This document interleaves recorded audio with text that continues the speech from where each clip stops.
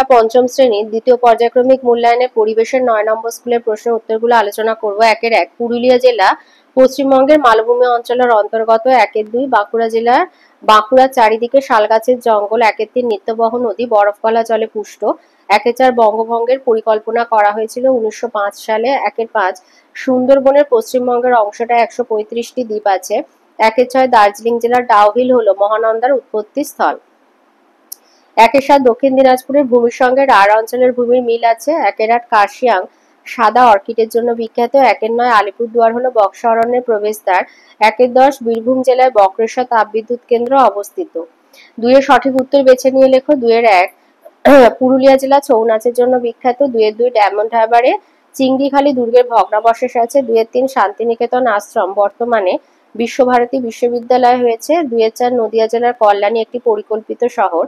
2-5 বুদ্ধি হচ্ছে একটি মানবিক সম্পদ। 2-6 দেশের মানুষকে হাতে কলমে শিক্ষার কথা বলেছেন স্বামী বিবেকানন্দ। 2-7 স্বাধীন ভারতের প্রথম শিক্ষামন্ত্রী মৌলানা আবুল কালাম আজাদ।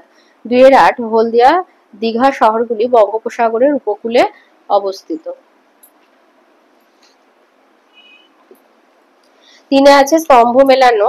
3-1 দ্বারকেশ্বর আর শিলাবতী নদী মিলে তৈরি হয়েছে রূপনারায়ণ। 3-2 বালুরঘাট হচ্ছে আত্রেয়ী নদীর তীরে অবস্থিত। 3-3 মেদিনীপুর কংসাবতী নদীর তীরে অবস্থিত। 3-4 কেলেঘাই আর কংসাবতী মিলিয়ে হয়েছে হলদি নদী।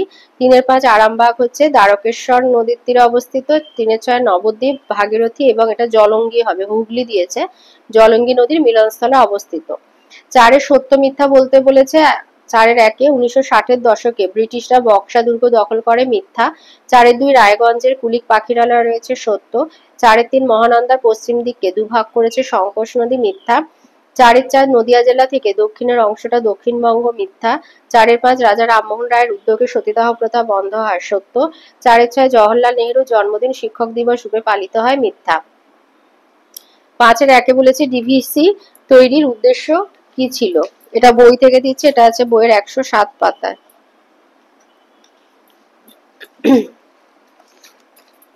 ডিভিসি তৈরির উদ্দেশ্য ছিল বন্যা বন্ধ করার জন্য ডিভিসি তৈরি করা হয়েছিল। আচ্ছা, এটা আছে 1 নম্বরে, তাই ডিভিসি তৈরির উদ্দেশ্য ছিল বন্যা রোধ করা। 5-2 বলেছে জিওল মাছ কি? উদাহরণ দাও। এটা আছে রায়মার্টিন থেকে দিচ্ছি, 208 পাতায় আছে।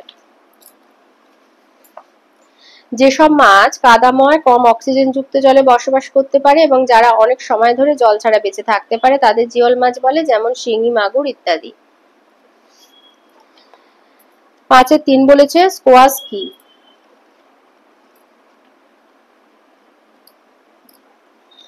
স্কোয়াশ হচ্ছে এক রকমের সবজি যা পার্বত্য অঞ্চলে চাষ করা হয়। স্কোয়াশ গাছ ঝিঙে গাছের মতো দেখতে হয় আর পেঁপের মতো, স্কোয়াশ দেখতে পেঁপের মতো। দার্জিলিং এর পার্বত্য অঞ্চলে স্কোয়াশ চাষ হয়। তাহলে স্কোয়াশ হচ্ছে পেঁপে গাছে, স্কোয়াশ হচ্ছে এক রকমের সবজি, এটা 1 নম্বরের তো তো যা পার্বত্য অঞ্চলে চাষ করা হয়। 5-4 বলেছে ফাঁদি কথার অর্থ কি? ফাঁদি হচ্ছে জালের সুতো দিয়ে তৈরি একটা খোপ। এক একটা জালে অসংখ্য ফাঁদি থাকে, বিভিন্ন জালে এগুলো বিভিন্ন আকারের হয়। ফাঁদি কথার অর্থ হলো ফাঁদ।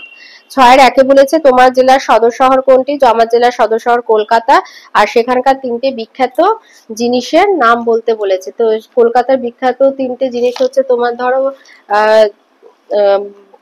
জাদুঘর, ভিক্টোরিয়া মেমোরিয়াল, শহীদ মিনার, ফোর্ট উইলিয়াম, এই যে রাজভবন, মিউজিয়াম, ইডেন উদ্যান, ফোর্ট উইলিয়াম, পাতাল রেল। 6-2 দিয়েছে সার কি? একটি জৈব এবং অজৈব সারের নাম লেখো। বলেছে সার কি? লিখবে মাটির উর্বরা শক্তি বাড়িয়ে ফসল উৎপাদন বৃদ্ধি করার জন্য মাটিতে যেসব জৈব আর অজৈব উপাদান প্রয়োগ করা হয় তাকে সার বলা হয়। আর জৈব সার এটা বলেছে, তার সাথে দিয়েছে যে জৈব আর অজৈব সারের নাম লেখো। জৈব সার হচ্ছে গোবর সার, আর অজৈব সার হচ্ছে যে urea, ammonium nitrate, ammonium sulphate, potash, এগুলো হচ্ছে ওই রাসায়নিক সার যা অজৈব সার তাই। আর গোবর সার হলো জৈব সার। 6-3 দিয়েছে তরাই অঞ্চলে চা চাষ ভালো হয় কেন? লিখবে চা চাষের জন্য জল দাঁড়ায় না এমন ঢালু জমি লাগে, এছাড়া আবহাওয়া ঠান্ডা থাকার দরকার হয়। তরাইয়ের একটা বিরাট অঞ্চল পর্বতের পাদদেশ থেকে সমতল ভূমি পর্যন্ত ঢালু, যেখানে জল দাঁড়ায় না আবার খুব গরমও নয়, তাই জন্য তরাই অঞ্চলে খুব ভালো চা চাষ হয়। সাথে দিয়েছে সবুজ বিপ্লব কি?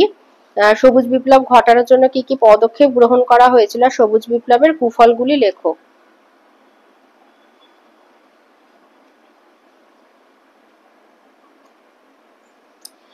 লিখবে যে 1960-এর দশকে ভারতীয় কৃষিতে যে ব্যাপক উৎপাদন বৃদ্ধি আর আমূল পরিবর্তন ঘটে তাকে সবুজ বিপ্লব বলা হয়।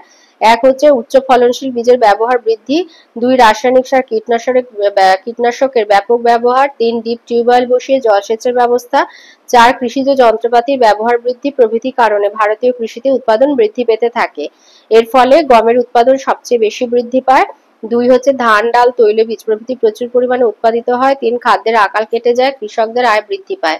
কুফল হচ্ছে সবুজ বিপ্লব ঘটার কিছুকাল পর থেকে কুফল বোঝা যেতে থাকে। এক হচ্ছে বেশি রাসায়নিক সার ব্যবহারের ফলে জমির উর্বরতা হ্রাস পায়। দুই রাসায়নিক কীটনাশকের ব্যবহারে জমির বন্ধু পোকারা মারা যায়।